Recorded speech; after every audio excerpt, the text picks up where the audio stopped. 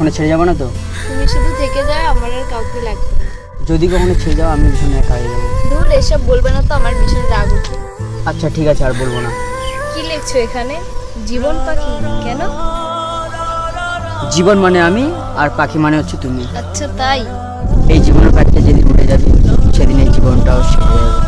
এই পাখিটি শুধুই তোমার, কখনো উড়ে যাবে না। কি করে বলবো তোমায় আসলে মন কি যে চায়, কেন সে পালিয়ে বেড়ায় তোমার থেকে। তুমি জানতে পারোনি কত গল্প।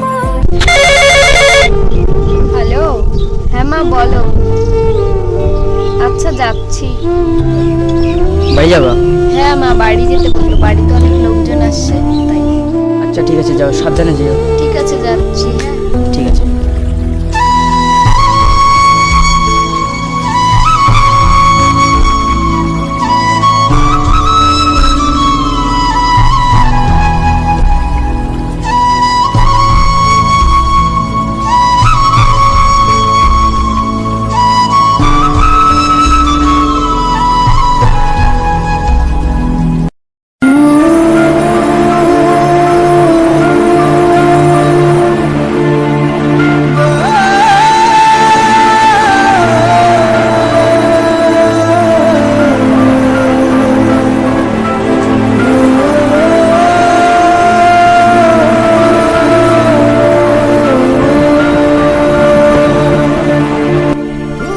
বারবার এইভাবে কাজে ফোন করিস? আরে দেখ না, পাখি কল করতেছি, ওর ফোন লাগলো না, ওর কিছু বুঝে নেই, কিছু বুঝতে পারছি না।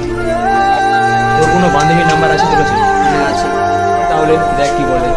হ্যাঁ ঠিক বললি।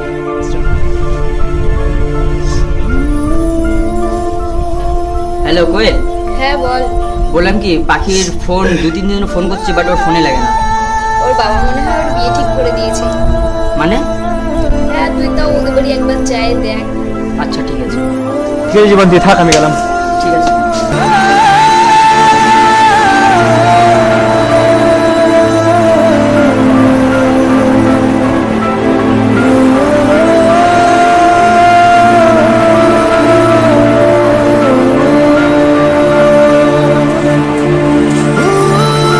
কোথায় ছিলে এতদিন তুমি? আর এতদিন কল করছিলাম, তোমার ফোন লাগে না কেন? আর যেটা শুনলাম এটা কি সত্যি? হ্যাঁ। তুমি না বলেছিলে এই পাখি শুধু আমার, তাহলে আজ কেন অন্য কারো হয়ে এসেছো? ভেবে না, ওটা স্বপ্ন ছিল। আর তুমি আমাকে ক্ষমা করে দিও, ভালো থেকো।